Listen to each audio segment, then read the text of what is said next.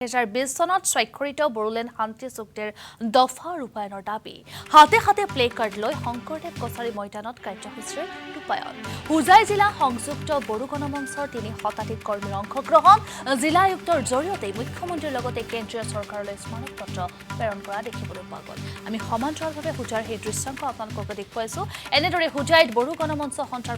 প্ৰতিবাদী কাৰ্যসূচী ৰূপায়ণ কৰা দেখিবলৈ পোৱা গ'ল 2020 চনত স্বাক্ষৰিত বড়োলেণ্ড শান্তি চুক্তিৰ দফা ৰূপায়ণৰ দাবীৰে প্ৰতিবাদী কাৰ্যসূচী হাতত লোৱা দেখিবলৈ পোৱা গ'ল হাতে হাতে প্লে কাৰ্ড লৈ শংকৰদেৱ কছাৰী ময়দানত কাৰ্যসূচীৰ ৰূপায়ণ কৰা পৰিলক্ষিত হৈছে এয়া হুজাই জিলা সংযুক্ত বড়ো গণমঞ্চৰ 3 শতাধিক কৰ্মীয়ে অংশগ্ৰহণ কৰিলে আজিৰ এই বিশেষ কাৰ্যসূচীত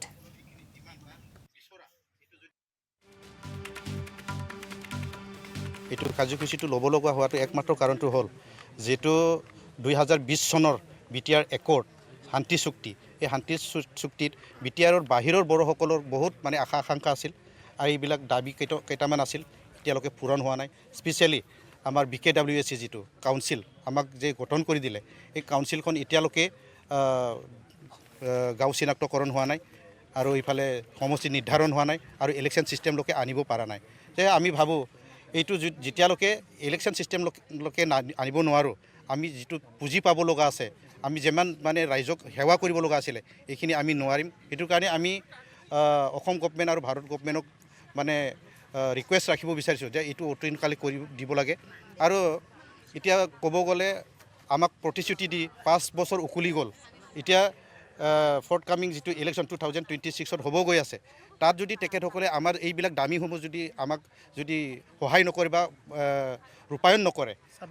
26ৰ আগে তেতিয়া আমি অলপ অন্য ধৰণৰে চিন্তা কৰিব লাগিব এইটো কাৰ্যসূচীটো ল'ব লগা হোৱাটো একমাত্ৰ কাৰণটো হ'ল যেটো